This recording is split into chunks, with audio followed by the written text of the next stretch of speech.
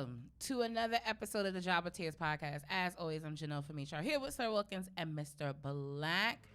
Fresh off of his birthday. How was it? What was your favorite part of the weekend? Stone's Pizza.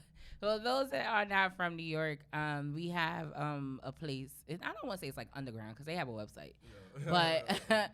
But there is like an infused like pizza place called Stone. If you haven't had it, highly recommend. And it's funny because Nicholas and Maurice went. I think they went for Maurice's birthday. I think it was one of their birthdays. And they had told, and I think Maurice had hit me up and told me, or Nick, because I had sent it to him before. And I had warned them. I said, y'all, it's not going to hit the way I think it's going to hit. So just be prepared.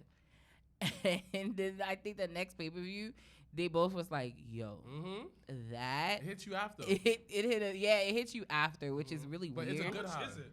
So it's like, it's all in, it's like $130, but it's worth it because it's like a 4-course meal, basically. Yeah. They start off with, you would like it, but I would be afraid of your reaction to it. So it's weird. Food. Yeah, and it's unlimited. So it's you got to ask them too. It's right up your alley. Yeah, but you got unlimited food. Yeah, for 2 hours. Like, here's the thing: you got to tell them because like they because they don't want to know. They don't want to waste the food. So it's been a progression about how they actually serve the food. Because the very first time me and Danny went, nigga, it was food for 8 people, and they had to at least throw away half the shit because we were too damn high. Like it just was, we couldn't eat no more. And then the second time we went, I don't know. Y'all got me high. If you want to go, y'all know about that time I got high? Because you didn't do it with me. So no, I do not. So what happened? Well, you had the edible and you ain't tell nobody. Who were you with? I was with a friend, and then he dubs. So all right. So the friend was like, "Yo, hey, you want to try edible?" I was like, "Yeah, I never had an edible before." But the first time I had an edible, first time I had an edible was with this other person, and that shit didn't hit. I just fell asleep. Yeah. No, and that's fine. I just fell asleep. I couldn't even have sex. I just went to sleep. Those are the bad ones. So no, those are the good. That's the good sleep. I slept good though. See? I slept great. Yo. The edible I had in for when we was at WrestleCade and everybody was making that was the best sleep I had in a month. I kid you not. So then I was like, all right, no big deal. So I was like, yo, let me try it. And then we had just eaten. And then we had just eaten, and I was like, all right. That may take a while to hit. Yeah. So then I had like half of the brownie. No, the gummy. Oh, you had half of a gummy? The circle gummy. Yeah. There's a lot of gummies, but okay. Like the one that looks like the like the circle, like a ring. Yeah, the ring one. Okay. The sour one. You know, I like sour. I've been trying to figure out, and I asked Mikey too. Why are all edibles sour? Like I hate sour candy. Like literally every single edible I've had is fucking sour candy. So I had a half. So annoying. And I was just like, this shit ain't even gonna hit. We were watching Godfather. That's like an hour in, hour and a half, and that's a trip. And that still didn't hit. So then I was like, give me another. She's like, I don't think you should take another one. I was like, nah, I'm good. Give me another one. So I took the other half. I ate the other half. Still ain't hit another hour. Godfather's a long ass movie. Yeah. Especially the first one. I was like, it still ain't hit. I took a third half. I took 1.5 gummies. Well, so it all depends on how, and I had to learn this kind of in my journey. It's all about the milligrams. So, like, I'm at the point where I can't, like, anything under 50 is not, what are we doing? Mm-hmm. So, it could be, and then also you got to think about your body mass, because, you know, you the fit nigga, so you know that. Yeah. Body mass, you also ate, too. Yeah. So, it doesn't absorb as fast. No, I get it. So, then I took it, and then Looney Tunes. Okay. It started slowly creeping up on me, and I was like, yo. And then my eyes started people started getting dilated. I felt like I was in a cartoon. Like I just went tripping. So then he's in the vortex. I was like, oh my God, I'm high right now. And then I couldn't stop laughing. Yeah. So I was laughing That's so the best laugh. I was laughing so hard because I already laughed hard. So I was laughing so hard that I felt like I was about to throw up every time I laughed. Yeah. Those are the best ones. So I was like, oh my God. And I kept laughing, but then I started getting paranoid because I was like, if I go to sleep, If somebody gonna come, I'm not gonna wake up and I'll be late for work. So I was in and out of sleep, in and out of sleep, in and out of sleep, and then I woke up high. Oh, that's the worst because that is not fun. So I woke up high. That's not fun. I had to go to the shoot job. I had to see a client in the morning at like 8 o'clock in the morning, and I'm looking at her. She's looking at me, and she's like, "Everything okay?" And I was like, "I'm fine." So mind you, I took the first edible at 4 p.m. The day before. Nigga, what? I was high until 4 p.m. the next day. That's kind of the best though. I'm not gonna hold That's you. how long I was high for. You had caffeine too? No, I had nothing because I was so high. That probably would have took him to another level. I was so annoyed of being so high. Because you can't come down. And then so he was mad at himself because he couldn't make himself. And then we were down. doing a pre-production meeting for Complex. Every Wednesday we have to have a pre-production meeting. So we have a Zoom call. So I'm in the Zoom call. And I don't know what I'm doing. This nigga's in the bubble. He don't even know. So then my co-host Alex calls me after. She's like, "Are you okay?" I was like, "Yeah, I'm fine." She's like, "You sure?" I was like, "Listen, I'm keeping it a buck. I'm high as fuck. I've been high since yesterday." She's like, "Oh, that makes sense because you seem like you weren't yourself." And I was like, "Yeah, I'm high as shit." But all in all. Shout out to Stephanie Hardy. Hey, Steph. All in all, though, Stone, if you once again are in the New York area, highly recommend it. It's worth it because, and the food is good. Like, it's not even on so much of, like, you getting hot off of it. The food is, like, really good. So, it start off with, like, garlic knots, which you would like. And then the pizza, you would like. And then you can always ask for seconds and stuff. Oh, and salad.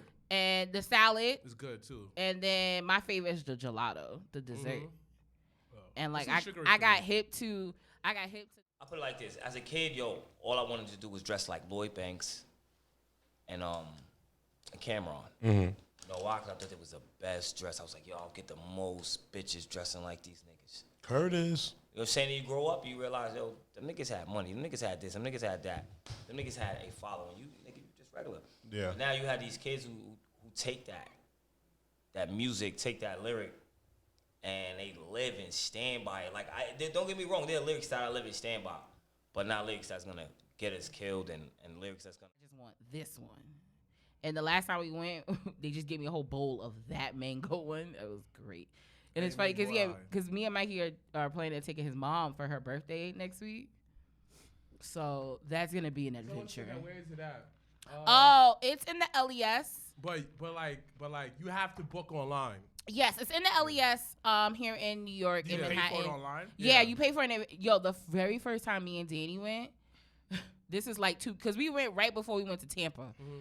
We went, hey Earl, Crown. Can I request Crown Vanilla, please?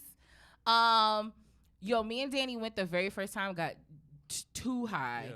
We fucking thought we didn't pay for the bill. So our asses is like, oh shit. How are we gonna pay for all this? And then we looked at each other like, bitch, we already paid for it. So that's why that shit is hilarious. It's good. And also too, the good part is you can also order it. You don't have to actually dine in. And the minimum, I think, to pick up is like 100, and you can make that easy. So highly recommend it. But glad MrBlacc celebrated his birthday. And there's one on East 41st Street? Yeah, but you have to order online. Like, you have to do it online. And the thing about Stone Pizza is when you order it for the crib, the next day is just as good, dogs. Yeah, the second day. Because remember, we actually did it when y'all came to my house for Impact during pandemic. During AK Janelle Underground. Yeah, those are the times. But we had the pie. Because that was the time you could have tried it because you was there too. And then the next day, that shit hit just as much. Hit better, son. So highly recommended experience if you are into the infused way of things.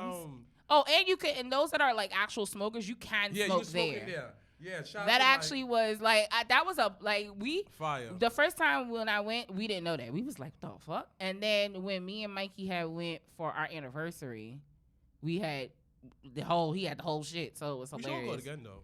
No, we should go. I would go again. When's the next time you gonna plan one? Well, I don't know. We're gonna go, like I said, next week for his mom's birthday. Maybe I'll do it for mine. Yo, real talk. We should do a live podcast. Well, let's put it up. Let's table it until after Jobber Slam, which tickets are on sale currently right now. Make sure make sure to go on to all of our social media for information on Jobber Slam to August 20th. So just make sure to come out, support. We will have. Someone said, as y'all say, dead ass. Who said that? Because they not clearly from here. They not from New York. Because I find that funny how different parts of the country like say certain things. Greg Tolson. He's probably new. Shout out to Greg. Oh, hey, Greg. Yeah, thank you for watching. Thank you for everyone that's watching on the live feed on Twitch and on Facebook. My son, Snugs. You already know my nigga Snugs. My nigga Gene, 45-year-old man. I'm dead. Oh, wait. Shit. Figure this out. Face. Thank you. Oh, that's Willow. I was like, who's that? Yeah. As y'all say. Oh, he said he said he's from ATL. Well, first of all, I already know who said it. So. Shout out to Michael Bostic in the building. He's finishing up his EP. Shout out to my CMOS brother. # executive producer credit in the works. But all right, let's get to talking about some wrestling. We are coming off of Money in the Bank. Shorty, what you drink? Listen, I low-key wish I went to Vegas because it honestly probably one of the better pay-per-views of the year. Why you say that? Just from top to bottom. And, it was weird because at first she wasn't really excited, but it was, to me, one of the first Money in the Banks that you really didn't know who was going to win. Like, it really could have literally been anyone's game. So let's talk about it real quick. Ups and downs, highs and lows. What were you guys? Shout outs to somebody on the live. It's from Vegas. Shout outs to you. I can't see the name, so forgive me.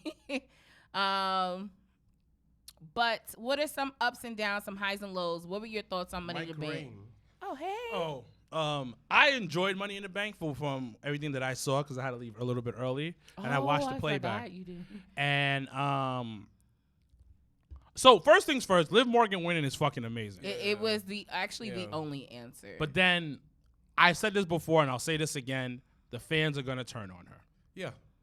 I give it 2 months. When the fans be like, I'm tired of Liv Morgan. But the thing about it is, I think no. I think it's the company's fault because they gave nothing the fans to sink into. But I just think I think it's babyface syndrome, and when niggas don't really like baby faces, people don't like baby faces. They have been building her because remember all the times like she was the ultimate underdog. She low key right now was Daniel Bryan before the Yes Movement. But Daniel Bryan have edge to him. But the thing though is that we don't like squeaky clean baby faces. But she cashed in on a hurt Ronda. It's not as squeaky clean as you may want it to be. It doesn't matter though. Like the fans don't care. That's the thing. Well, some fans. I can't speak for all. I can't speak for because most. Big E some cashed in on Bobby Lashley. Some people might think that that's racist. I don't know about that. Because Bobby Lashley was hurt. Well, I don't think it would be racist because it was a black man on another black man. People make black and black crimes. Regardless of the fact, though, I do think Liv was the right choice. Yeah. I think Liv's the right choice. Liv was the right choice, but they're going to turn on her. They are. I don't know. They are. Do you not understand how hard it is to be a good guy in wrestling? Yes, because it's like a legit good guy. I'm not talking about cool good guy like The Rock and Stone Cold. No, because you know who ruined it for baby faces. You know who actually spoke about it? Randy. Randy's always said like being a face is harder than being a heel. Yeah, because you're not cool. So wait, who were I don't want to say back in the day. Who were the cool baby faces for you growing up? I don't want to say this. It was Hogan. No, but listen, the best baby faces. I always tell people, especially when they mention Hogan, it's like, listen, if you were in that period, if you were a fan in that time, I can't be mad about that answer. That is true. Because so look at it. So look at Macho Man. Look at Macho Man. I'm not a fave. fan of Brett, but Brett was a perfect baby face. He was, yeah. But I feel like Brett Loki was the oops. Like, you know, like when just like how Kofi won because of just like that series of events that happened before he won the title at Mania. It was like a oops. So like I feel like Brett character, like he fell into that. Like I mean, the steroids. Like the it was scare- some tripping. It was a steroid scandal. It was some tripping and blocking, and they had to defer. And it was just like, well, Brett, you're up. Yeah, but the thing about it, baby faces don't do well. John Cena was a good baby face, but everybody hated him. That is true. First of all, who's shout out to Dr. D.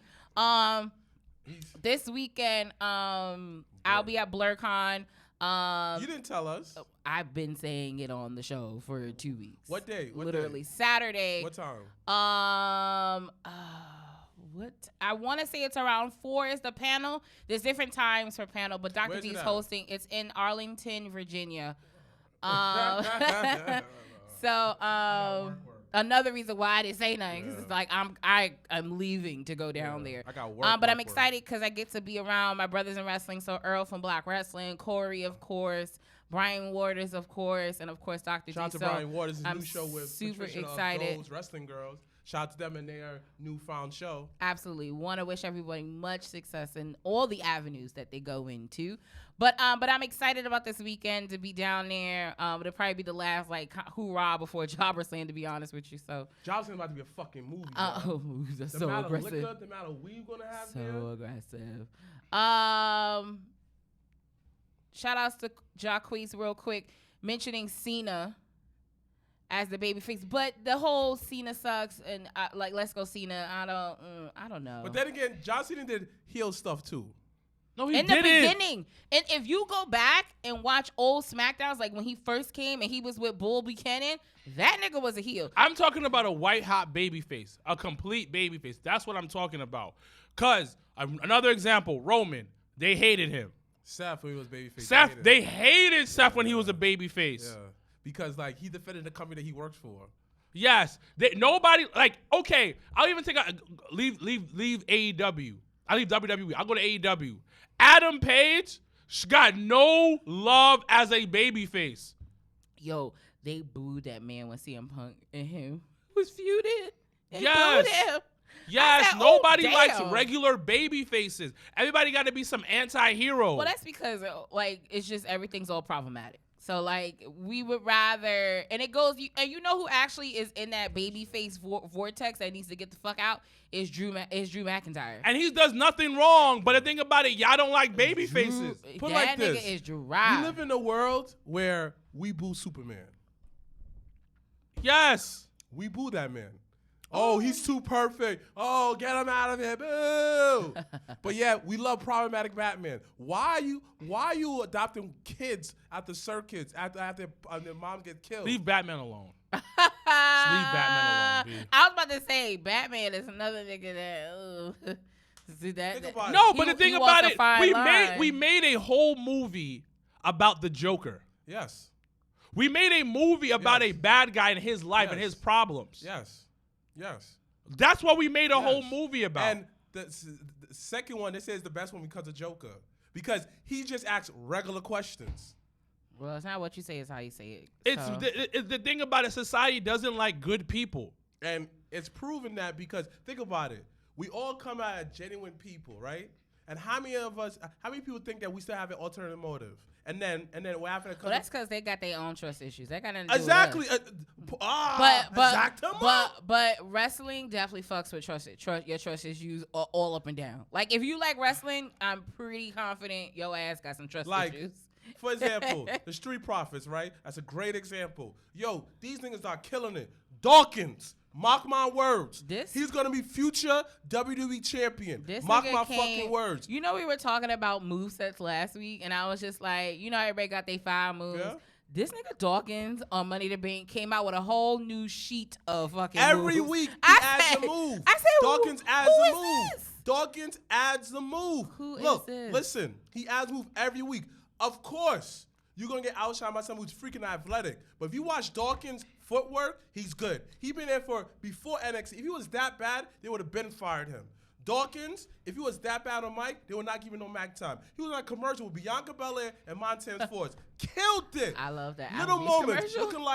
look like Lawrence and like Ronaldo in that commercial, man. So shout out to them, man. But yeah, overall, That's Dawkins is gonna be next WWE champion. But the thing though is, I think because especially behind the scenes, everybody's so big on Montez Ford. It's because Montez is fit. I think That's yeah, it. That's but, it. But That's I it. think it probably was a wake up call for him to be like, yo, all right, I gotta start moving. Because like if they eventually do break up Street Profits, like he gotta be able to hang on his own. But Dawkins could hang on his own. And I think after Money in the Bank, He put on himself. How many times he you can. gonna one That of shit the was Usos? wild. He put on fire matches. He's consistent. good. That was Very good. honestly one of the best matches of the year so far for me. But the thing about it, Montez looks better. well, yeah. And That's they why. follow each other. The other thing he kind of ups him is in charisma. He ups him in that one because he's over the drop. 'Cause he's a nigga. Dramatic as fuck. Cause he's a nigga. Exactly. And he So that's knows the that, only listen, thing. he knows his role.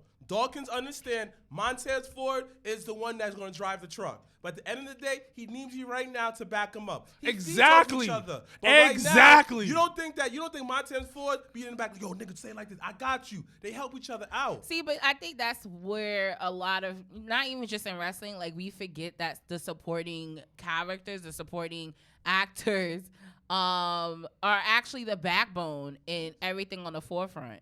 So I'm not talking about Moose. no, I think we were Jay, correct me if I'm wrong. If you were talking about Moose in terms of babyface, He's not a baby. which I don't know, Yeah. that was what you were Yeah. talking about. Nigga, Yeah. he has a lisp. That makes him even more of a supervillain. Exactly. Yeah. Cody has one. He wasn't a And no one liked the way he supervillain. talked to AEW. No, because he he comes off wasn't. arrogant.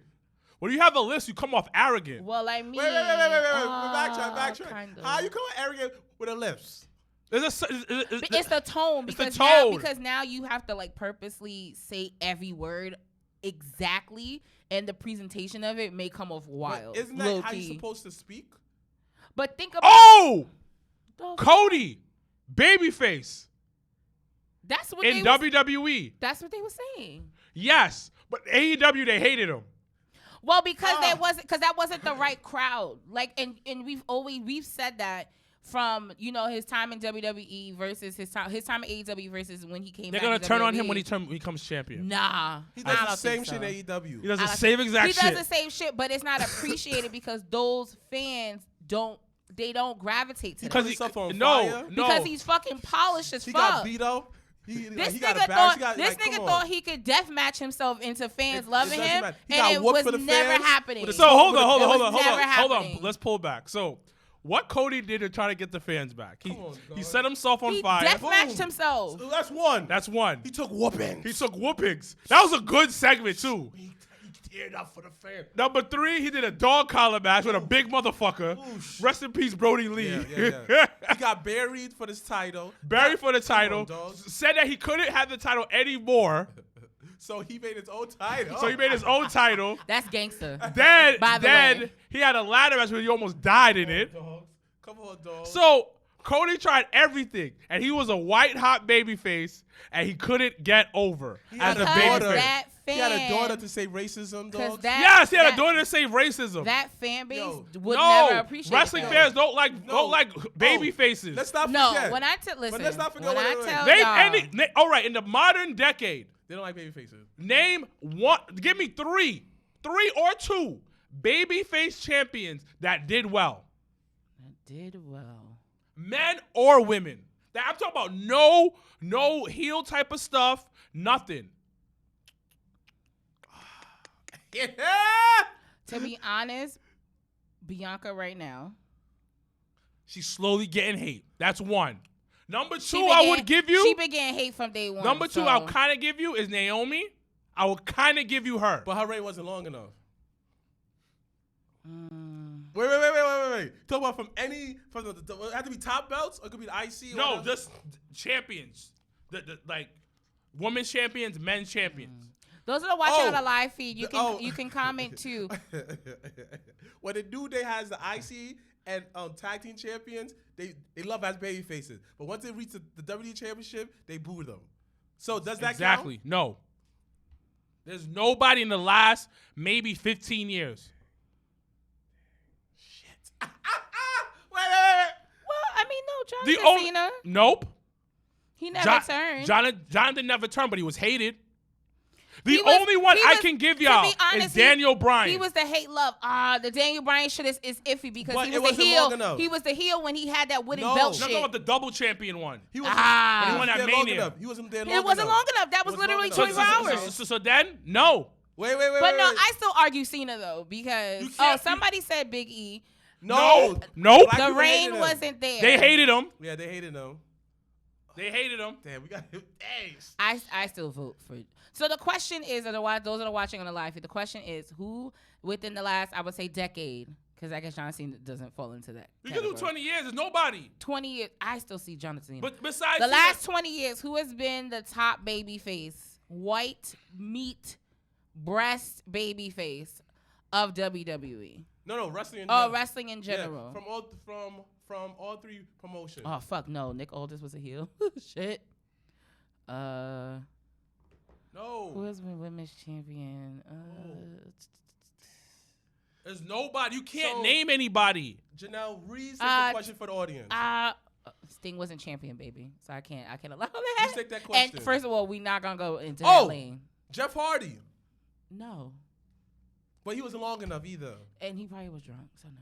I don't know. And in TNA, he became Willow. What about Bobby? No. Bobby was the anti-hero. Shit. And Bobby Lashley was heel, yeah. Nope. Jay Lethal, no. They hated him after a while. No, we Kenny hated, Omega, No, yeah. we hated him, but they didn't hate him. Kenny Omega? No. He was a heel. Wasn't he the cleaner at the time? See, so that's the whole thing with New Japan. Like them niggas, Yeah. they both could be heels. And But they then still that's face each other. anti-hero. I'm talking about It's regular weird. babyface. The last Somebody 20 said years. Kenny. The last 20 years. Nobody. There hasn't been anybody. would've said No. But the only one you can argue. Flair. The only thing you can argue is John Cena. Yeah, like I That's still, the only, I you still can make an stand. argument for I that. still But stand with even Cena then- as my answer. Even then, Who's Not gonna hold polarizing. you. No. Because he had, you know what? He had like a good run for a little bit. It reminded me. Oh, AJ Styles. Nope, they hated it after a while. They didn't hate him. I agree. That year he was champion, no one liked his match. Rey Mysterio. Rey Mysterio wasn't champion that long. He was, cause Cena I think took the belt off him. He It was. took him off on Raw the next day. No. Within the same hour. Was it the same hour? Cena. Yeah, So the makes thing sense. was though, so it's hard because Kurt was in that same boat Cena was in where everybody would just because it got to a point where you just was saying Cena sucks, but you didn't really No, really people mean that. meant it. After a while, niggas don't mean that No, shit. People meant Because it. it was the same with Kurt when everybody like No, they said with Kirk because of Edge.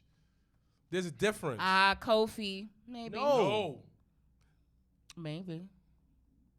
Nope. It wasn't long enough. Nobody. Okay, wait. What's the length? A minimum. It's not of even. the It's not championship. even. It's not even. It wasn't the length of it. It's just the Because fact. his whole reign, he was babyface, and He was and a they super didn't- and they babyface. didn't boo him. and they didn't. But nobody really fucked with him. Yeah. Like when his music hit, the arena didn't erupt. He had a pop, but it wasn't a pop. Yeah. But nobody else is getting. Listen, you gotta put the measure in somewhere. Somebody I said- think Kofi actually is not a bad answer. Gene said, "Our truth." That yeah. Man, yeah. Yeah. You know what? Yeah. You know what? There Yep. you go. Yo, and then did y'all read? Because I didn't realize it. I think it until Monday. Josh Alexander, he didn't have the title long enough. Yeah, he didn't. Literally, I mean, now that he's champion, I think now maybe. But did y'all hear how Bobby hasn't taken a pin in the last year? Almost. Someone said that when I think that's a Kofi very lost, interesting thing. People went crazy. They went crazy how he lost. Who? Kofi. I didn't go crazy when he lost. Yes, they did. Like, I said what I said Yeah. was I. You know how the did black not. audience I said can that only Vince is speak for racist? myself. But listen, if Vince was racist, and okay, I'm not gonna go. Someone said into X it with that. Division. What? No, we said people. Oh, wait, was Red? He was X Division champion. Yeah, I'm but talking about main state champion. you talking about world champions. Yes. All right. Well, I still stick with my Jonathan Cena and Bianca Belair answers. So those are my two. But it's an interesting conversation. Let's round out Money in the Bank. So yeah, Liv Morgan, she won Money in the Bank, and he was X Division champion. Yeah, but now he's world champion because he won it all for Moose. No, am I tripping? That was the last thing I saw on Impact.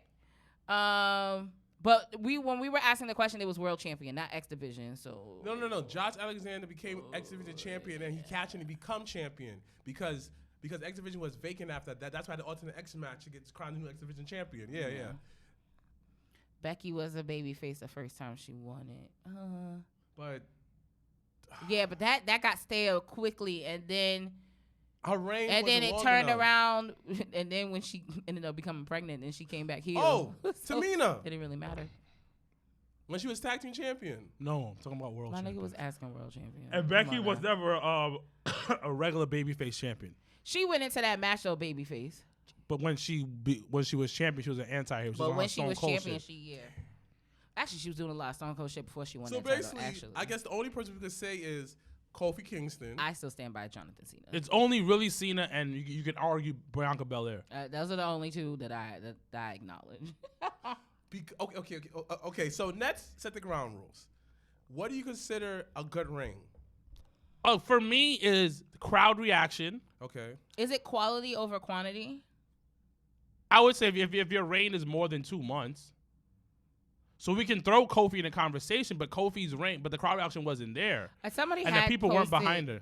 Somebody had posted, I think their short reign is less than 3 months. A decent reign is 6 months. Yeah, 6 months. Yeah. Okay. The short reign is 3, and decent medium is 6. Up right? to 6 months. Up so to 6 Kofi months. Okay. definitely fits in that. Okay, but then again, he didn't have the support. Like, people liked when he won it, but everybody was critiquing That's what I'm saying. Because, oh my gosh, he's not serious enough. Why are you throwing pancakes? This, that, He's third. not big enough. Everyone was fully behind him. Big E, Ooh, DDP. That actually is a great answer. we said But the that last 20 definitely years. is not within the last 20 years. 20 years. He won that title in that's like over 25 years. My brother's 25. I think DDP won that title in like 98. My brother was born in 97. So the last 20 years, no. But that actually is a good one. Oh, I guess that you could put William on that if you're gonna throw him in there. Who? William Goldberg. Was any of his reigns long? Who the fuck knows? No. I was trying to throw you in alley hoop. You just was like, I'm no. honest. DDP is actually a really good answer. It's a really good answer, but it was not last 20 years. Attitude had ruined everything. They did. Well, yeah, because once again, you got confused. You didn't know who to root for. You root for bad or you root for good. You're just gonna be rooting. Because the right to censor was actually, was like a good faction. Because they're trying to clean up wrestling so the kids could watch it. Oh, the concept was amazing. Yeah. The execution was amazing. I just think that the tenure. So long term, it didn't they work won. out. But they didn't get the world title. But that makes them the best faction in the world. No, it does not. Because they changed WWE. Okay, They changed WWE. No, they are the best faction in the world. No. Yo, they're the best faction. B. Yeah, no. Yeah, first of all, y'all not going to give me 2 weeks in a row. I'm not doing that.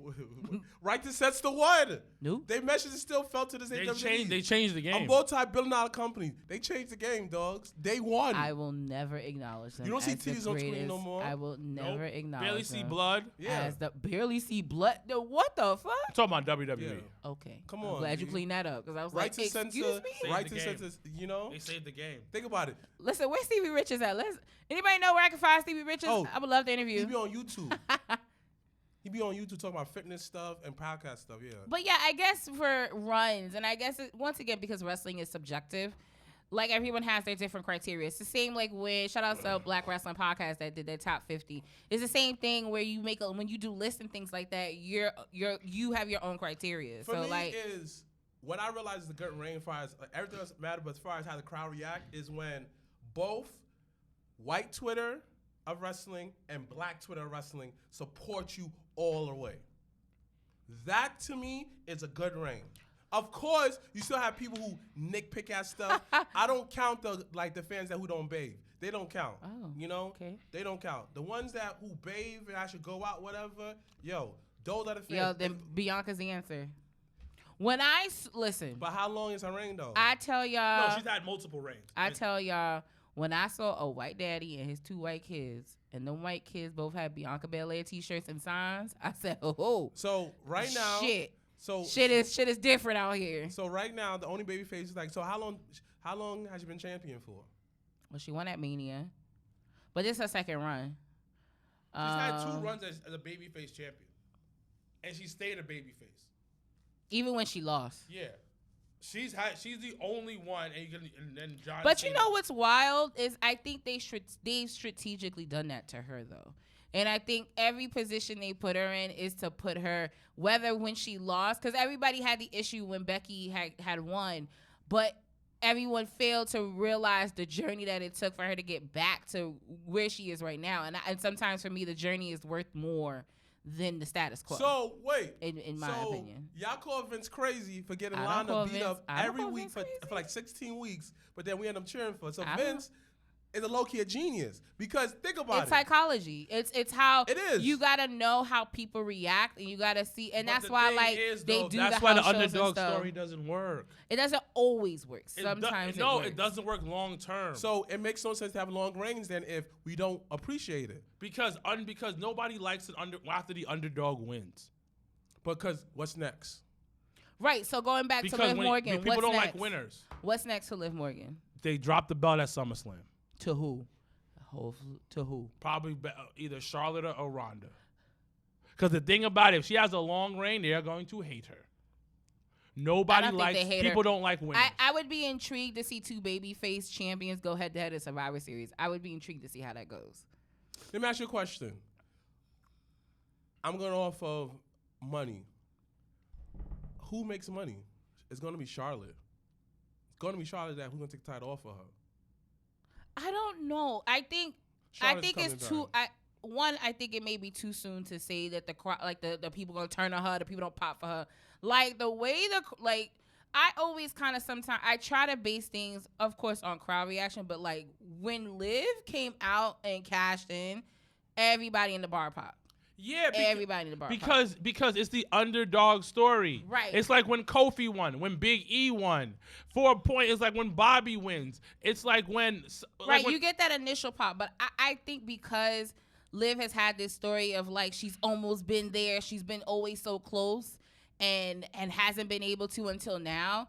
I think this actually may be even a better shot to turn Ronda heel and have her be the badass she's supposed to be. But the thing about it is this way: the longer that she stays champion, the more things they're gonna pick at, and they're gonna spread to. But they gonna pick at stuff regardless whether she champion or not. That's just wrestling.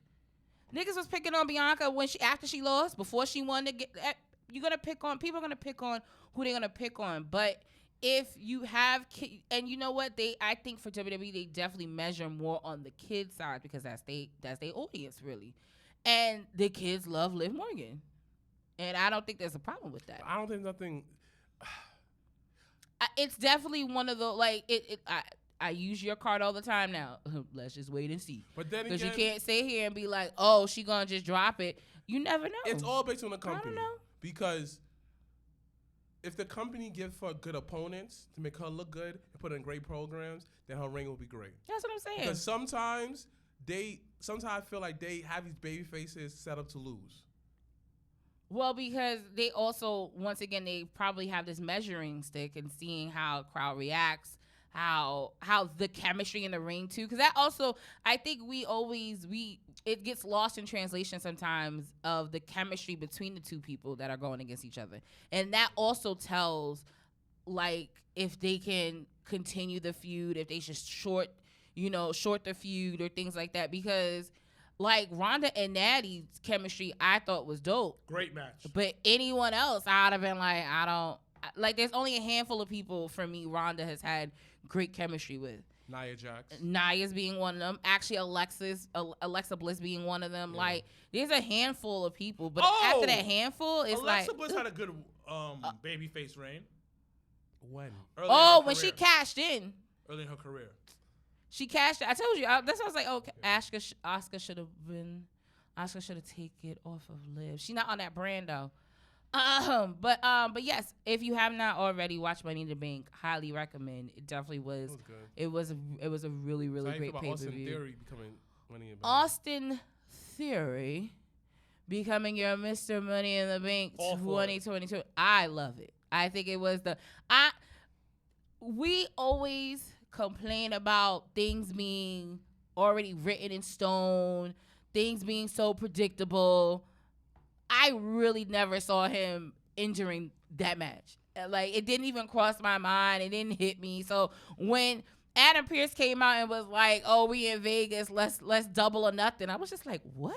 And literally, me and Nikolai, shout out to Nikolai, my H2O brother, yo, we looked at each other like, yo, it better not be who we think it is. Because we both were like, yo, if it is Cody Ass with the sling on his arm, we're going to fucking lose it. We thought it was Cody. We're going to lose it. But it being Austin Theory, it makes sense. He's Vince McMahon's protege. It makes perfect sense. He's not taking the title off anybody. I don't think so either. And I think that was also where everybody kind of got their panties in a bunch, where they was just like, oh, how come Austin Theory? And just because he won it does not, there is They record. might pull an Otis like they did last year. There's a record. There are niggas out here that have cashed in and not won. But I think they'll do what they did with Otis last year. But my thing is this: what's the big deal if he cash in and win? It isn't, because people complain about how you don't grow superstars. You don't grow people for them to be bigger than life. And honestly speaking, they've literally systematically, ever since he's been on the main roster, groomed him into being a top superstar. And I don't think nothing's wrong with that. But my thing is this way is, like, as I'm more and more getting into wrestling, it's just like, that's what you do. Even in even in sports, is you bring in the young guys, you groom them, you put in a position to prime me to win. And then they may, like... Well, people just don't like Austin Theory. That's what it comes down to. This isn't But about... he's a heel. Yeah, but the thing is, this isn't about his ring skills. This is that people don't like him. But he's doing his job then. People don't like him before, even if he was a baby. Even before, yeah. But he was never a babyface. Well, no, because he was with Seth. He wasn't a babyface. He wasn't. He's with Johnny. Well, no, Johnny Gargano and them was kind of like doing heelish shit. Yeah, he was never a babyface, so he's doing his job. But to your point of to what your brother said, I do think it's just people out there that just doesn't like him. So that gets put in the front of the actual like point of like, all right. I got a $1 million question. Building. Who does star. everybody at university like? Roman now. No, people still. I still stand by. I keep the same energy. No, I can respect. There's a difference. No, but there's been a change of behavior. I can respect the character. I can respect the growth. I can respect him now being able to talk on the mic and I don't have to mute the TV. I can respect all that, but that does not make me a Roman Reigns fan by a long shot. No, I understand that, but it's more people have liked him more.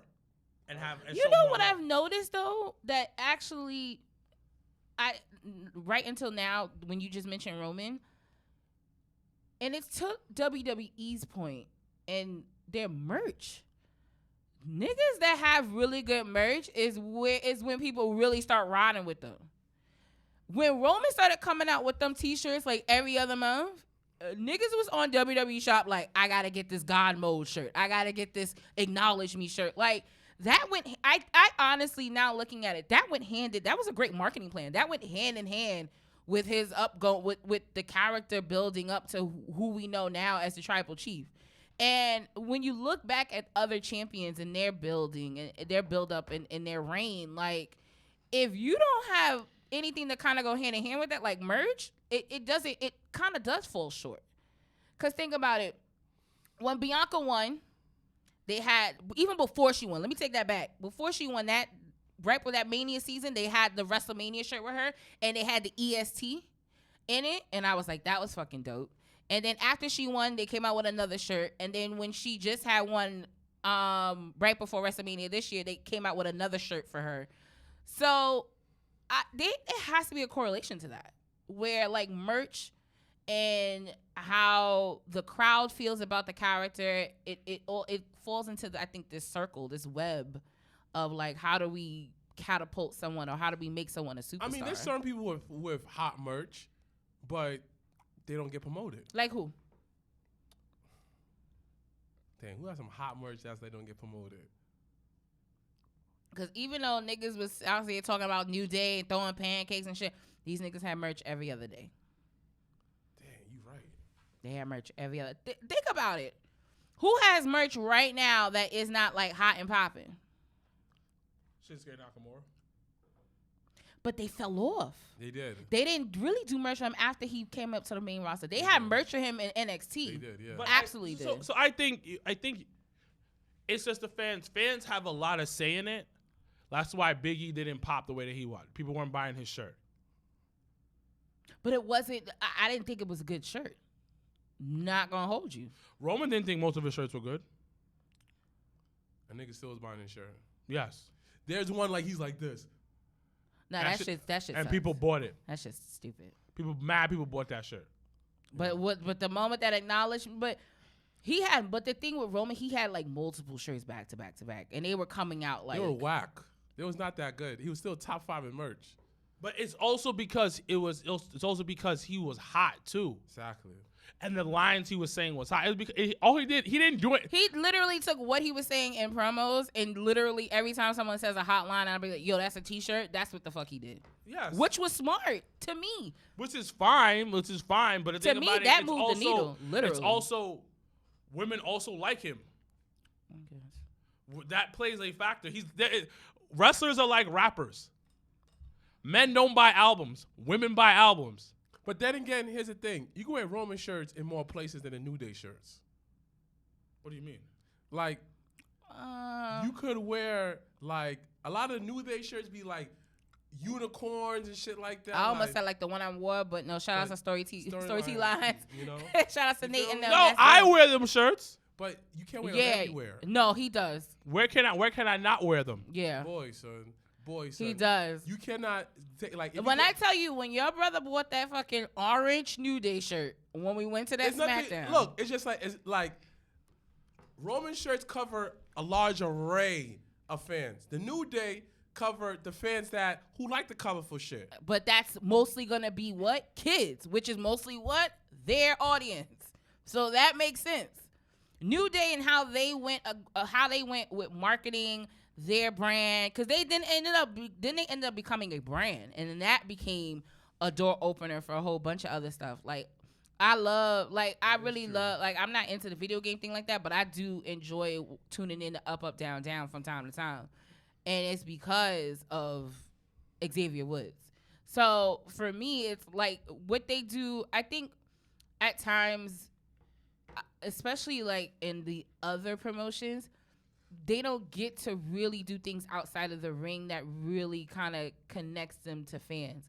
Like if Impact would do more where they had, even if it was like meet or greets, or whether they did other things, or like their wrestlers did other things outside of the ring, then I think that would gravitate more people to watch Impact. That is true though, because when you go to any events, it is cool to see, like, depending how good your matches before intermission, you selling shirts. Right. Like, there's mad times that people looked at Darius Carter. Yo, who's this Urkel-looking motherfucker? Then after the match, the same niggas who teased them buying his shirts. Yeah, I'm gonna need a merch table. This nigga said, put that in my contract. I need a merch table. See? But but it's just something. Watch me sell shirts. It's just, I don't put it past you. That's like a lemonade stand. You want to sell lemonade and t-shirts too? And some cookies. Some cookies?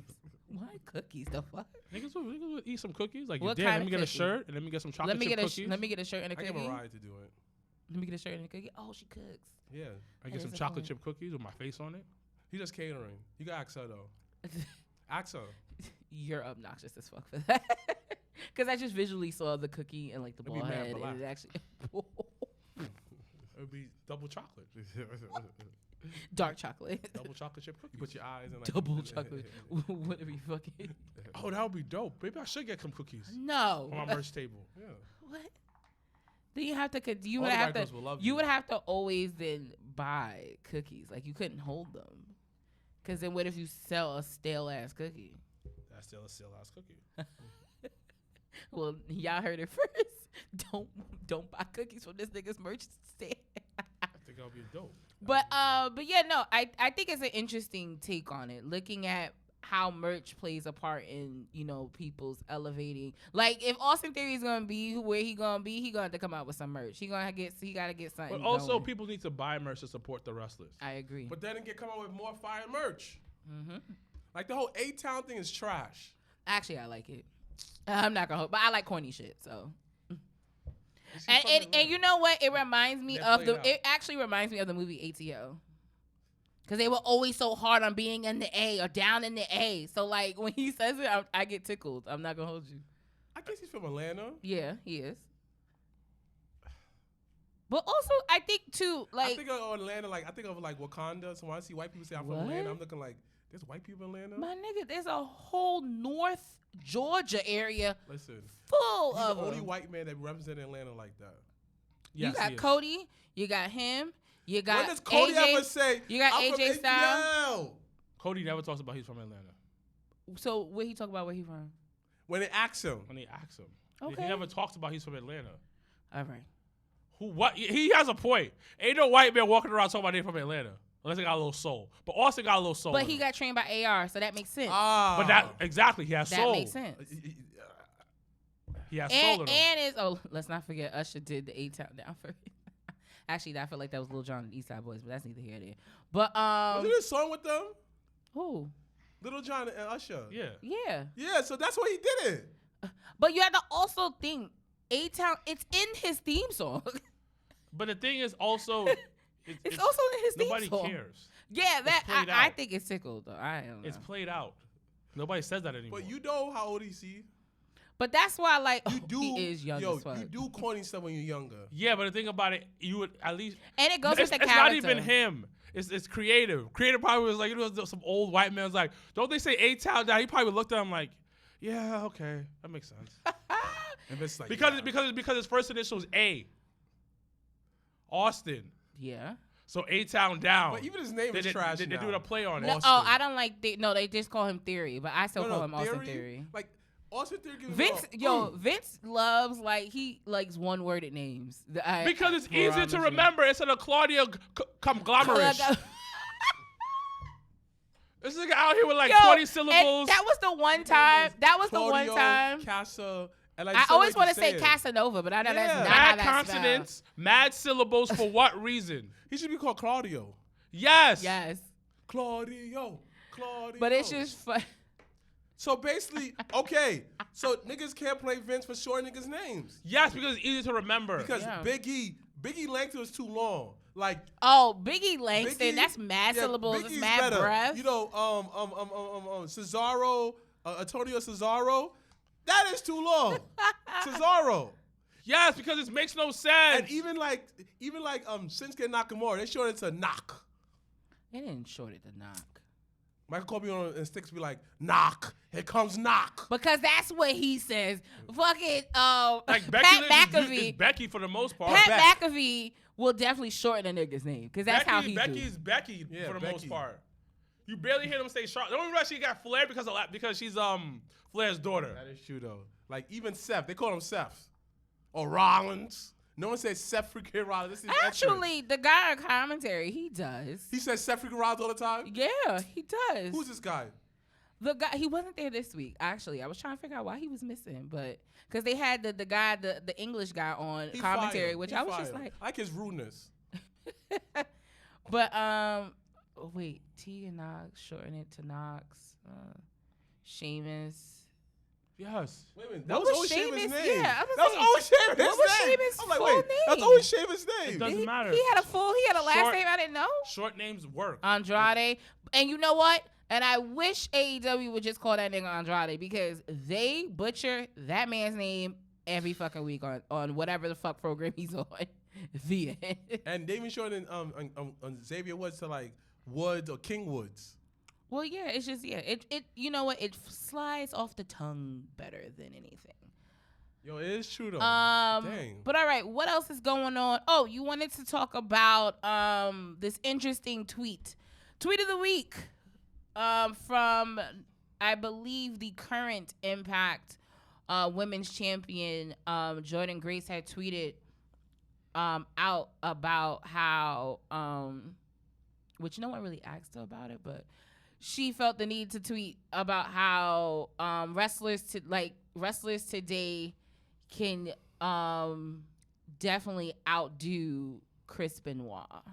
No.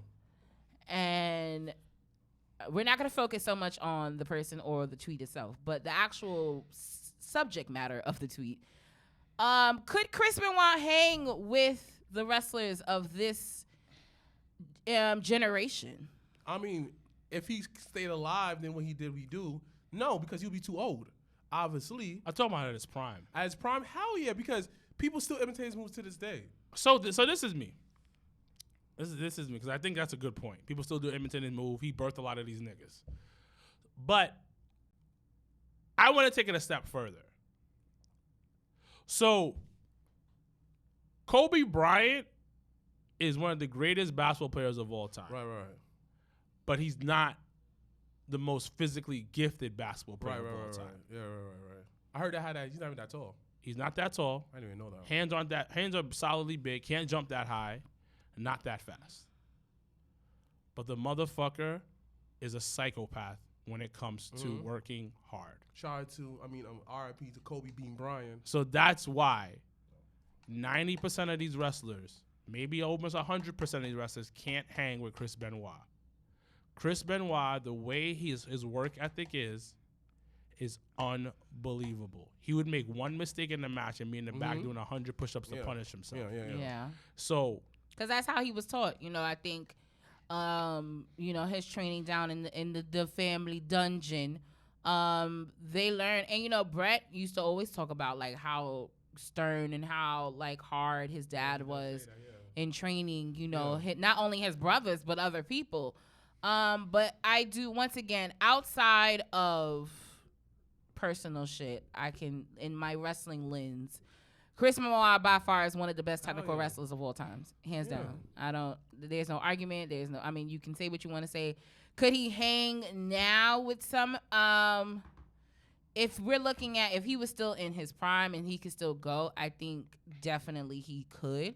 But I think to your point, the older, and then also to the, head trauma, his body, certain things that, he had did over his career, I think would have held him back from really giving it 100%. Yeah. But I think he still could go, if, he was in good shape and good mind and in good spirit and can still go. 'Cause once again, by far, one of the best technical wrestlers of all time. And besides, someone said it's sorry to Dark Order Eric. He's talking about a lot of these dudes do like 400 different spots in one match. It means nothing.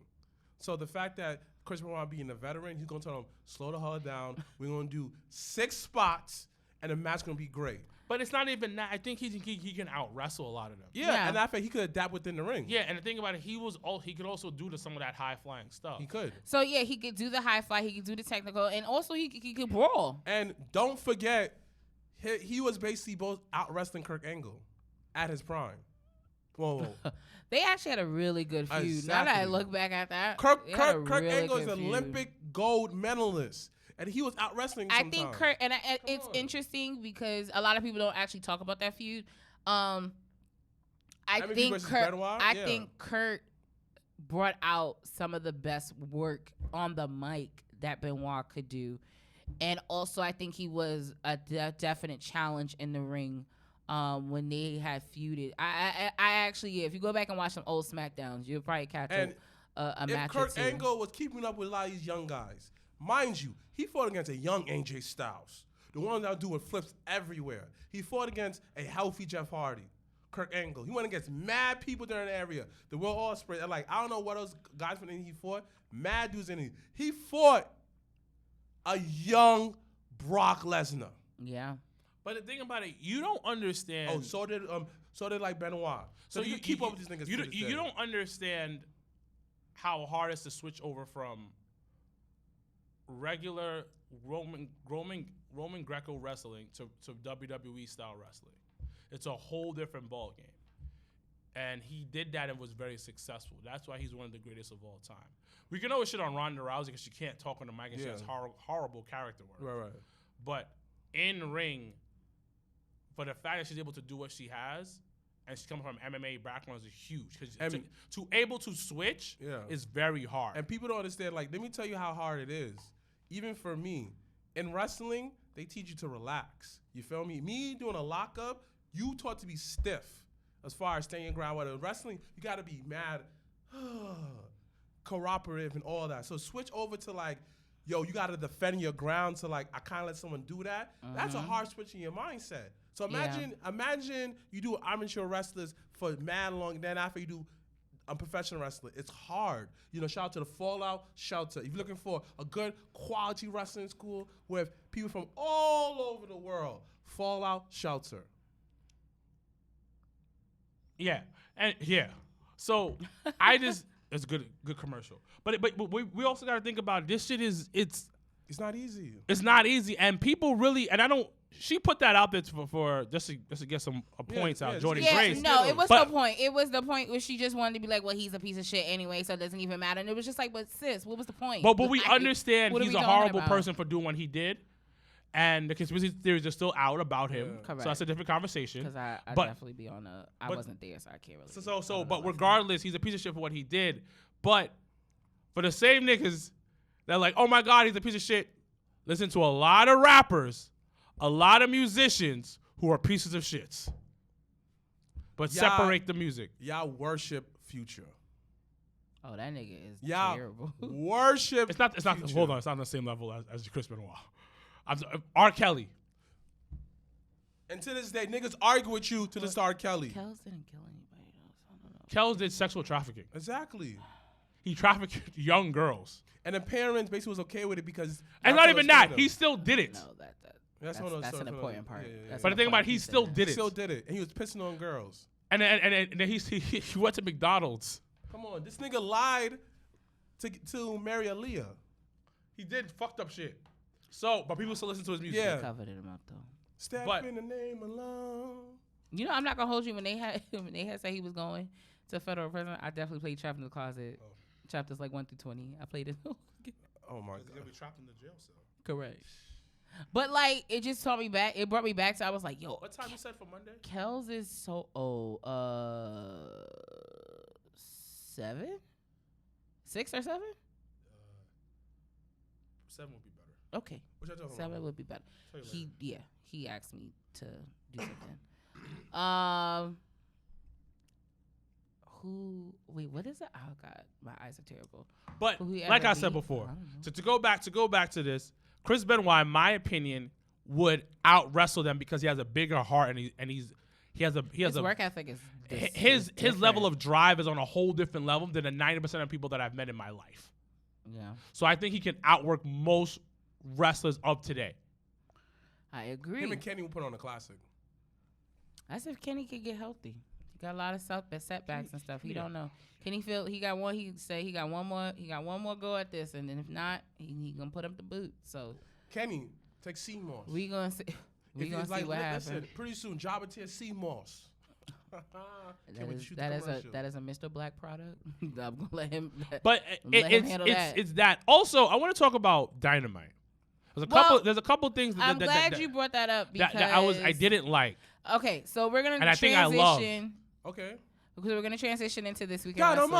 Dynamite. And we can talk about Raw. It's Thursday afternoon. You know what time is it? Dynamite review. We can talk about Raw. We can talk about Dynamite. We can talk about NXT, the Great American Bash. I feel like if you have not seen it. I feel like how JR is trying to get fired at this point. No, they just know that he's only really good for like 1 hour of TV. They figured it out. Actually, they really just save him for pay-per-views and like big matches. Like him coming on the second hour, I was just like, I'm okay with Excalibur and ties. Like I'm okay where I'm at. And Tony when he want to get on. But I'm okay with what we got going on. Real talk. If they want to save money, fire all the niggas from the Ring of Honor and get Ronaldo to do it. What's his name? What? What's the new film that Ronaldo? Oh, but I haven't even heard him do MMA in a while. Listen, that's one dude to do Ring of Honor by himself. Or get Joey Styles to do it. By himself. Oh, I wonder who they're gonna get in commentary for Ring of Honor. Oh, well, no, they got Caprice and the other dude. You know what? I take that back because I don't want no. No, and I actually love when they was doing Ring of Honor stuff and they would bring Caprice on. I actually really did like that. And I also like how they transitioned from Ring of Honor to AEW. It could work. Actually, out. I don't like that. That actually is my. Someone been listening from my AEW to our biggest advice is thing. trans to get stuff on Dark and talk about it because I want to watch Dark more often now. Shout out to that. Okay. They did a good. They did a. So let's go with the negatives. So the negative one was, why is Thunder Rosa and Tony Storm on the team together? They're Thunderstorm. Why? Why? Well, we already know Why? why. We already know why. No. Why are you putting your women's champion in a tag team? Because Where in a company you don't have a Okay. women's tag team champion? pick on me. I tell you why. Pick on me. Pick on me. Pick on me. Go ahead, man. Because they don't have anybody for her to wrestle. They don't have anything for her to do. So that's why you're like, okay, her and Tony, they're the faces, and having to go against the heels, and that be what it be. So and then watch that shit end up turning to like a fatal 4-way where all 4 of them bitches end up going for that title. So what happened to It's Mercedes weird. Martinez? Why they announce? She's Ring of Honor. She's been a longer So why they champion. announce what she's doing? Because those are 2 different champions. There's two, But the thing about it, there's plenty of that's women for the them to issue wrestle. There's is plenty of women for her to they wrestle. don't have plenty of women. Yes, they do. On that. They have plenty of women on that brand for them to wrestle. So if you could, who would be Thunder Rosa's next feud? Nyla Rose. That's one right there. Who's another one? I'll look at the AEW. Actually, I'll look at it right now. Okay. Because you got to remember, you got people that are per diem and you got people that are contracted. And those are very 2 different lanes. And most of the people they got per diem be on Dark and then Elevate and all that other shit. But I am intrigued. And those that are watching on live feed, what are your thoughts on the current state of the women's title on AEW? Because it has been difficult. I know, ladies and gentlemen, it's difficult. You have Ruby Soho that could go. Who did a dumb talk about angry. I was so upset that they did the whole segment with her backstage and Ty Conti slamming the door on her hand. She put her hand there. I need y'all to understand. I'm not dumb. I'm not stupid. Athena. Don't fucking do that shit. Athena If she feuding with fucking Jade and them. I'm just saying that these are people that they could feud with. They could have her do that. They could have Abandon, the Living Dead girl. Who I actually really like. I like her too. Yeah. They could do that. I actually love the guy. I love all that shit. Let's go It's down weird. here. Emi Sakura. Who? She could do that. There's Who? Sheeta still there. Wait, who's that? One of the Japanese women. Yeah, Chris is feuding one up. Layla Hirsch. They could do something with her. I feel like she's injured. Yeah, she's injured. Yeah. Later Okay. Penelope Ford. Penelope Ford. I haven't seen her since Kip. Exactly. Rio. Now you really think? No, Rio. but there's women there. But does any of them? Does it make sense? But the thing about it, you build. Yeah, But And the thing though is that you haven't been able to build anybody to even build them. Like And there is no foundation. literally, The foundation is fucking Britt Baker. And it's literally- unfortunate. Like literally, Thunder Rosa could go against Adidon and have a dope storyline because she's into that whole drawing her face just like Adidon. So mind you, Adidon beat her up all this time, get her mentally. Literally, AEW just sucked at doing storylines. Say it louder for those in the back. And like again, they're just lazy. You have storylines literally right there and then. Lazy booking. Yes, you may hate the whole entertainment purposes, but y'all all entertainment. No, they don't hate the entertainment. They just saying that to say that shit. They know damn well that they are entertainment. Please and Like thank literally, you. like people. But that forget- shit with Ruby Riott and that Yo, car, that was so that fake. fucked me up. Yo, I signed all the way off. And then they didn't even cut back, and that's where they low-key fucked up even more. They didn't even cut back to Yo. Eddie to see his reaction They to didn't. shit. They just went straight to the next Yeah. shit. And it was like, if you're gonna do it, first of all, do it right. Sorry. Don't let me see Ruby fucking fake like struggling, but then puts her hand Yo, where the car is gonna right be here, slammed. and She then throw it all literally moved her hand up higher to get hit, and it was just like, y'all doing the most, and I need Well, the y'all. thing, so this is the problem. If you're gonna do that, do it right. They're underproduced.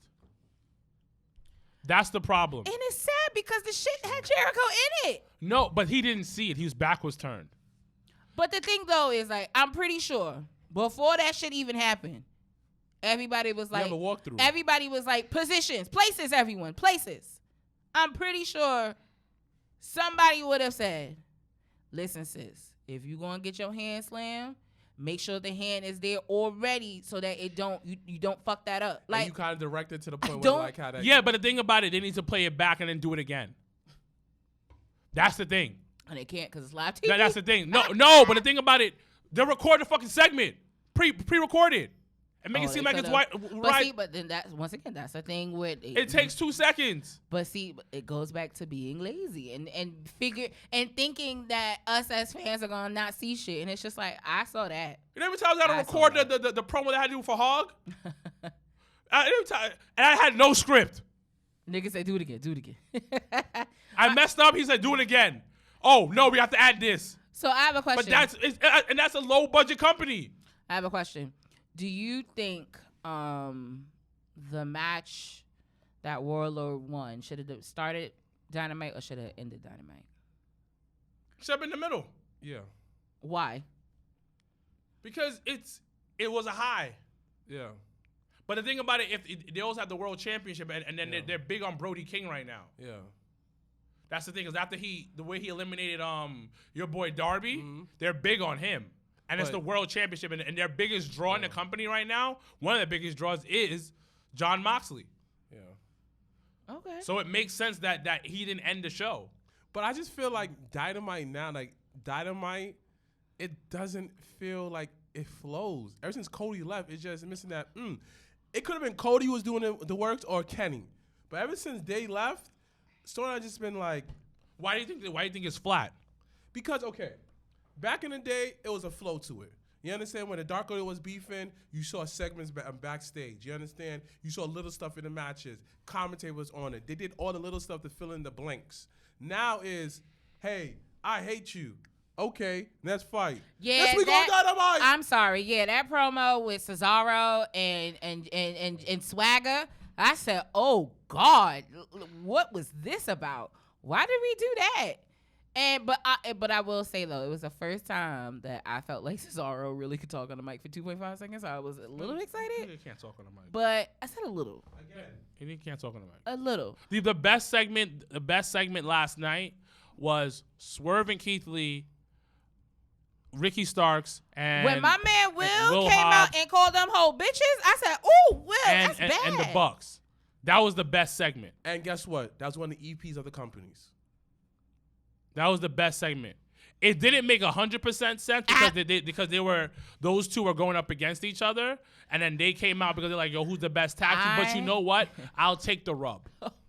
I'll take the rub for both teams. But then you get to the point of like, when is it not just being a rub? When is it gonna actually for it to play out and make sense? Keith Lee shouldn't be in his fucking tag team at all.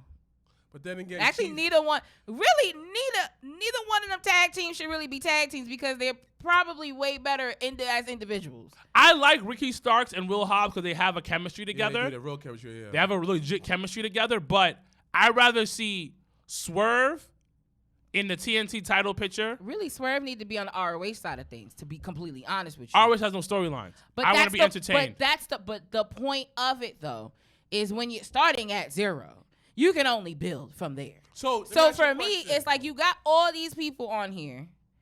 You got a pay-per-view in 2 weeks for Ring of Honor. You actually have a few ROH like originals. Like you have people that like made their name. When niggas are still gonna buy the pay-per-view. That's the point. I don't know.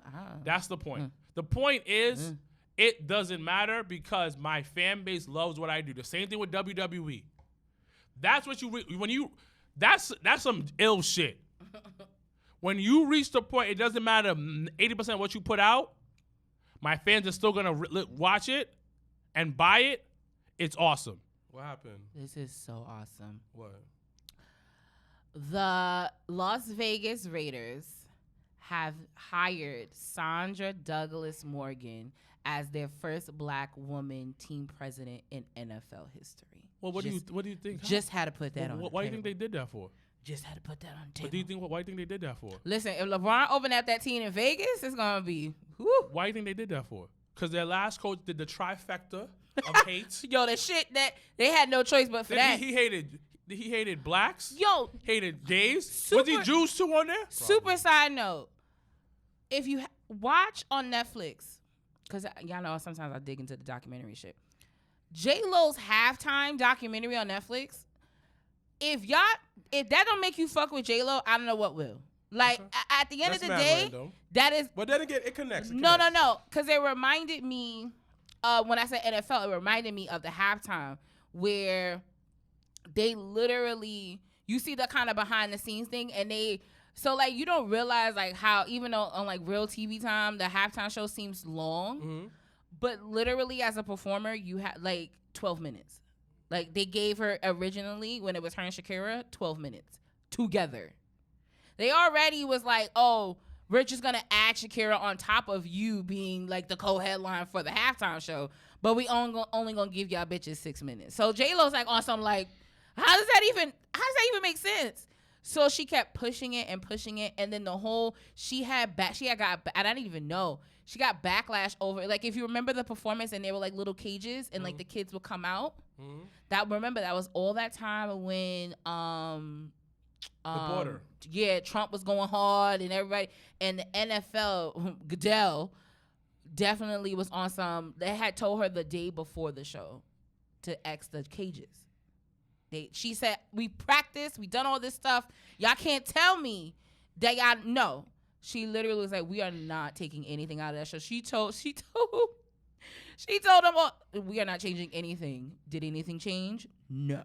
So I just think it's interesting. Like that halftime shit was interesting as hell. He like his life. I will say. Oh, they got taken off the roster. I heard about that. Sasha and Naomi. Sasha and Naomi got off the roster list.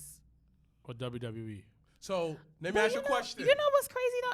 And it's the same thing personally, and in wrestling, like out of sight, out of mind. Like I totally forgot that was a whole situation. Yeah. Like I'm not gonna hold you, and it's not because like I'm not hip or anything. It's just like, listen, if both of them, I want find your happiness, find your peace. If that's not, if this is not the right place or the time or whatever that it is for you, and you move on, then you move on. Like I can't really, I don't stick to that. But like, what do you do? My thing is this way. I guess I see it as from all different angles. I understand as a fan, you feel like that they betrayed you. You paid to see them, they didn't show up. Cool. Okay, cool. From that standpoint. But as a human standpoint, is it still a job at the end of the day? Is it still? Yeah. This is just a job that pays as a high profile job, so more into their life. And they still gonna get WWE income because both their husbands work for the company. And at the end of the day, if you're not happy, you leave a company. People acting like that. People having quit jobs right in the middle of the shifts while like it was the busiest time. People brag about on the first day. Yeah, they don't come back. Yeah, come on. There was a question on the live feed. I don't know who it is because it says Facebook user on the TV. Who do you think would be a great fit to go from AEW to WWE? Wardlow. Yeah. Warlord. Actually, Darby. I was thinking the same thing about Darby. Darby, I don't think would be a bad. Underneath Vince ring, pickup. No. They're gonna limit him. I don't know. Once again, you don't know. You gotta go back and think about that shit with the Bucks and all of them. They was giving them free. They was gonna give them. That was Triple H. Yeah, that wasn't Vince. No, I know, but I'm just saying, like we don't know. I mean, from looks of it, right now we don't know what tomorrow's gonna look like for Vincent Kennedy McMahon. So like, we may wake up tomorrow, or we may leave here and says, "Breaking news: Vince is going to court for this." Jeez. But listen, he already beat the case. But my thing is this way. Vince and OJ got a lot in common. I mean, listen. Shorty took the money. It was a voluntary relationship. She didn't snitch. Her homegirl snitched. She ain't saying nothing. She didn't broke the MDA. Her homegirl did. And OJ have so much in common. Exactly. Yes.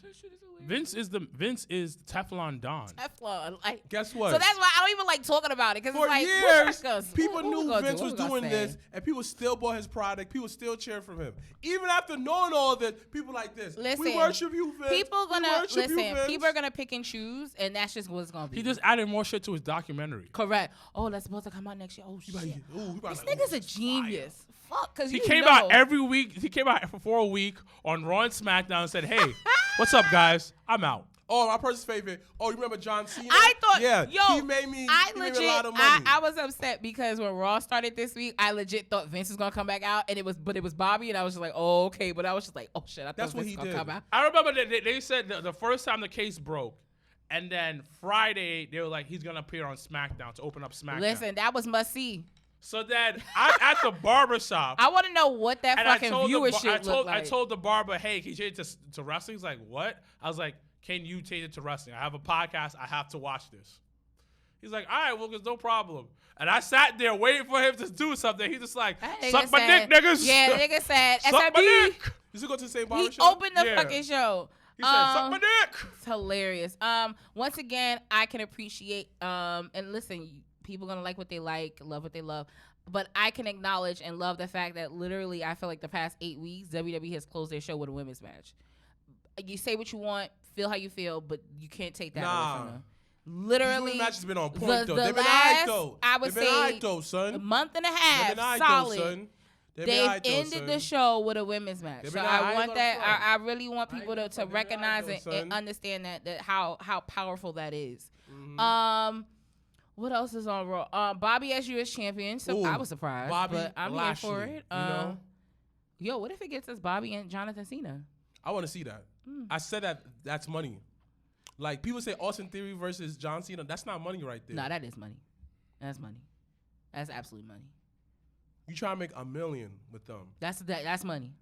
Bobby Lashley And, versus. and then it what actually and That's it's not money. It is not to say Bobby couldn't do it or wouldn't do it, but Theory would get a better rub from Cena. As far as character, but as far as money wise, Money wise, Bobby absolutely. Lashley versus John Cena is way more money. I don't know. What fan is saying that? I can't wait for Austin versus John Cena. Yeah, because you got Cena and you got kind of past, future. But if you want something like a good placeholder, all right. I'm not looking for placeholder. I want to see Bobby Lashley versus John Cena. And that's fine. It's not to say I don't either. However, though, I would feel that Cena in theory, in the aspect in the bigger picture, that the both of them, like Cena would put him over. Yeah, way but I'm more. just saying that's how you bring more of the fans.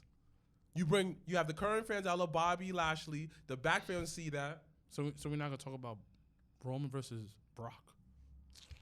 Listen, the best of 7. I'm cool. I'm best- not. the best I'm of not the mad at the match happening. I see Brock Lesnar winning the end. Wait, I have a question. Wait, but this person has. I'm trying to see the question.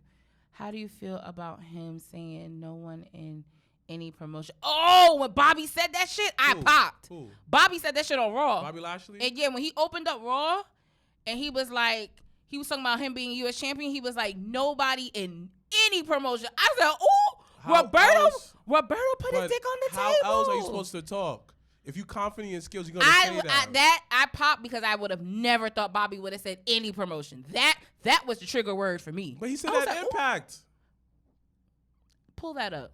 He said Impact. It's nothing. He said Pull nobody. that up. How many times he was WWE champion? He said that nobody probably could face Nah, me. it was a He different. said nothing spectacular. No, I want you to find. I want you to do the homework. I want you to find whatever promo you're talking about. Hype over the most basic shit. No, but sometimes the basic shit is the shit you get hyped. There's nothing wrong with that. Yo, he's not saying nothing. Of course, he's gonna say he's the best one at every promotion. That's how you. No. That's That's not. That's not. Roman Reigns said the same thing. No, Moose said but- the same thing. No, but did you watch it? Yes.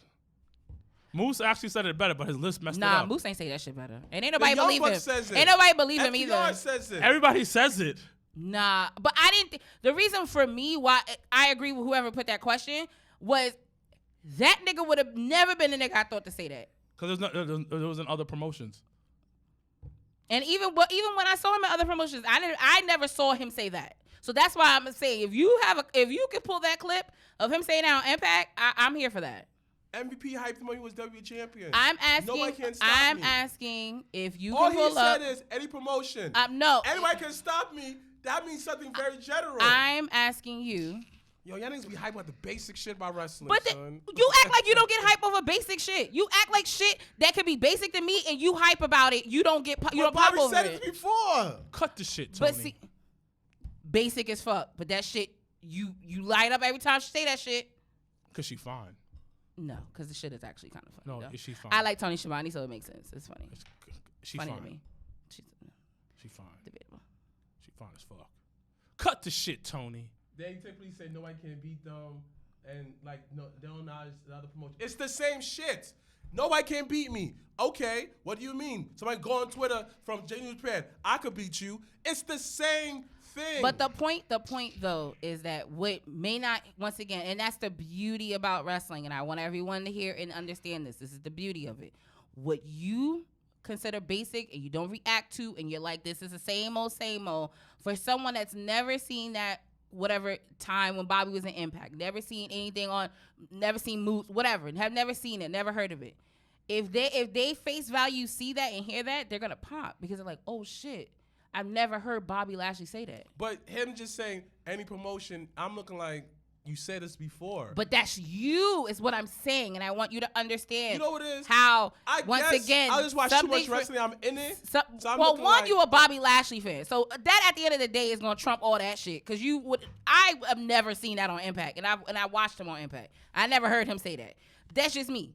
But seeing the character now, Bobby by himself, no manager, no nothing, no hurt business, by himself, him open up Raw, and him saying, yo, no one from any promo. It was how he said it, not what he said.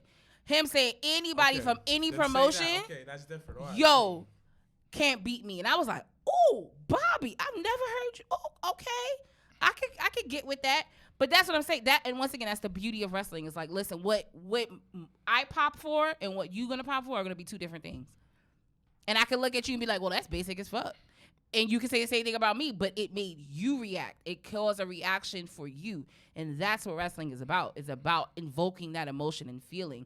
And sometimes when you don't have it all the time, you're like, oh, this shit is whack. This shit is lame. But then when you're like, oh, shit. Like, okay. It's cool. Okay, I see it this way. It's cool, but okay.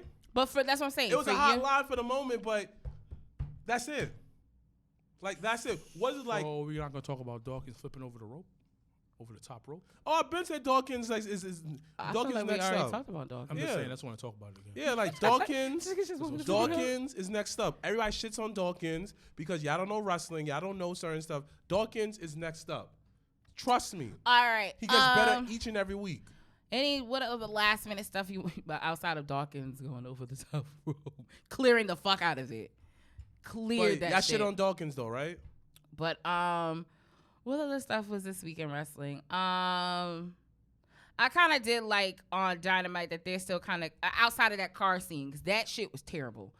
Outside of that car scene, I do like that they're kind of continuing the feud, and that's kind of like what they didn't do for the last time, like the last Blood and Guts when they did MJF's crew. For Claudio. Wait, hold on. Not Claudio, They're going to Claudio. Marty Jannetty him. First of all, let me clear this up.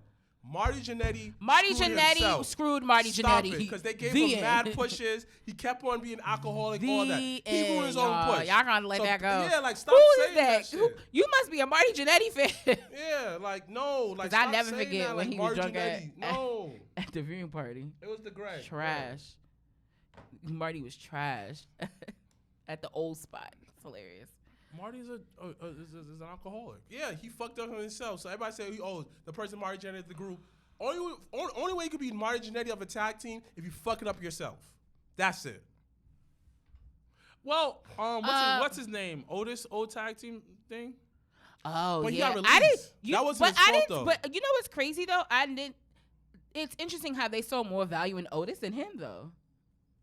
I thought that was interesting. Even though I always had liked Otis more, but I thought it was interesting, too. But, I mean, I guess in that Marty Jannetty kind of, like, concept, it's like when you have a tag team, there's one that's always going to outshine the other. And that's just... like Edge. It's just, like Jeff. Yeah. Well, But that's different. No, that's different not because, different. like, It's the same. they still have some kind of... All right. It's the same. If you want to keep it the whole Marty Jannetty thing, whatever, is fine. Who are the real Marty Jannetty of their groups? If you count, it could be John Morrison. John Morrison had much success outside WWE. If you, no, I would say the other guy, was it Mercury? Whatever the fuck his name was. Yeah. The other guy was the Marty Jannetty of the group because he never went higher than where he was. I can't even say Marty Jannetty of reason why so it's hard for me to say that statement is because Marty Jannetty fucked up his own opportunity. You're taking it as the personal, the demon side of himself. Yeah. But I guess for the most part, most but I guess tag in teams wrestling, do well. but I guess in the wrestling terms of using the Marty Jannetty thing is the whole, like, once again, there's one person that is going to outshine the other in a tag team. But yeah, there's always gonna be someone that's gonna outshine the other. But if you think about it, Christian had a pretty good career inside WWE. And so he outside wouldn't be the. But so then that doesn't. Most tag teams that break up, who are good, if both people are good. See, but like it's interesting because to me, one of the greatest tag teams, and it's just to me, I'm just gonna put it on the table. Fine. To me, would be Legion of Doom, but neither one of them could do singles. But the thing about it, they weren't two guys put together. Exactly. They came in as a tag. Came as a unit. As a unit. Yeah. Right. They And came, then- but and the the- same. So then the same goes for Edge and Christian. No. They grew came in together. No. They came in. They were put in the Brood Yeah. for Edge to catapult. Yeah. But they came in together. But they the wasn't whole a tag team together. they were in a tag team together. No, They and weren't. on the Indies. They wasn't. They were just cool. They're just cool. They were just friends. Tag team. No. Then they came to WWE. They put them in the tag because they had chemistry. Then they were put in the Brood. The whole goal from the jump was for Edge to be that guy. That was Exactly. because what's the name said it, like Gangrel said 100 Exactly. like from the start. Exactly. That was the So goal. yeah, that's what I think the person. So that's what I was saying. I think that was the point where the person was trying to get, where one person got pushed and the other one didn't get pushed. But well, the Marty- thing is, But the reason why Marty didn't get pushed was that was on himself. Exactly. And that's But the thing- but the thing was of- supposed to be for the IC title. but regardless, somebody he is right. Somebody Yeah. always gets pushed more. Right. Yeah. But the thing is, for the most part, most tag teams, iconic tag teams to say, Yeah. the ones that do break up, Yeah. everybody's somewhat successful. The second person's always somewhat Yeah, successful. Dudley's. Because say what you want, when Devon had that own, like he was his own preacher type shit, I thought that shit was funny. Looking back, and then Aces 8 things. So yeah, okay. I kind of feel like when it comes to like tag teams, like you said, they have so much to say. May that be in one promotion or another promotion. I feel you see more of that commonly in groups. Yeah, but see, and that's the kind of the catch-22, and we'll wrap this up. This is the catch-22 that AEW does, is because they always group everybody together. Every single person is either with a group or a stable or an appreciation society. Like, there's far in between people that are literally on their own. Even the world champion, he in the Black Combat Club. He not by himself. Because there's too many people. But then once again, that is something And it's, also and, to and, think and it's about. also a New Japan thing because you forget Tony is like a huge wrestling fan. So he's trying to incorporate all the companies that he likes. My nigga, that is like wrestling on acid at this point. But let us wrap it up this week. It was a good flow. I'm intrigued. We're gonna bring back this tag team conversation. I think it'd be interesting to see, who's been on the up and up and who hasn't. The thing is, tag teams are legit. Everybody loves tag teams, but there's gonna be one that blows up, and there's one that does good, that does mid card. Right, and I think once the Street Profits kind of started, I think everybody took a more liking to Montez because he's more flashy, yeah. He's outlandish. He has the charisma Right. and all that stuff. So I think that's why I would say before Sunday, niggas was like not too sure, but I think Dawkins definitely showed himself on Sunday. But Dawkins, like, reason why I said that I rock with Dawkins because I look at a standpoint of you're in a company that has a high turnover rate. The fact that you was there when Sasha wasn't the boss and she was developing her character until now, that means that you're doing something right. Not just in front of the screen, but behind closed door too. Yeah, because he's doing his thing. Right, because when he made the jump to NXT, if you look at Dawkins NXT and Dawkins now, you see that he got more in shape. His in-work is better. His footwork is better. His moves are more crispier. When he makes a hot tag, Well, they set them to evolve. so they're doing something right. They set them to evolve, and they were doing their thing, and they both had to get better. Well, now look at them now. Match of the year contender. What is the next time we'll be at Legends SummerSlam. The last Saturday of the month. If you're not gonna be in Nashville, Tennessee, you can come out if you're in the tri-state area. What? You're gonna play ROH? Well, if there is a need and a want for ROH, then that may be available. But if not, once again, July 30th will be at Legends for SummerSlam. Earlier in the day, shout outs to Anthony Cole and BCW.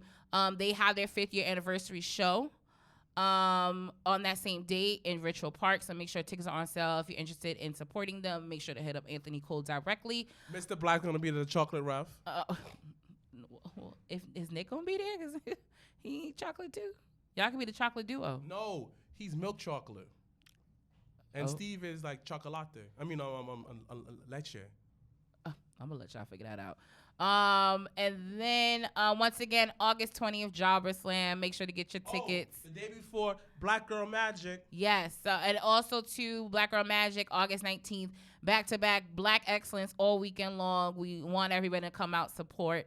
Last but not least, once again, I will be at BlurCon this weekend on an amazing panel filled with my wrestling brothers. So that is going to be Saturday. I believe the time is around 4 or 5 o'clock in the afternoon. But if you're there, they have the schedule. You can always check the time. And Dr. D did mention that he will stream it live on his platform. So make sure to take a look out for that. If you're in the area, come out, say hey. But as always, I'm Janelle from HR here with Sir Wilkins and Mr. Black. Hands in motion. If you go with rolling, no need to focus. Traveling states and over oceans. You gotta wait till your coast chosen. Trying to have lines outside the show like Harry Potter releases at Barnes and Noble.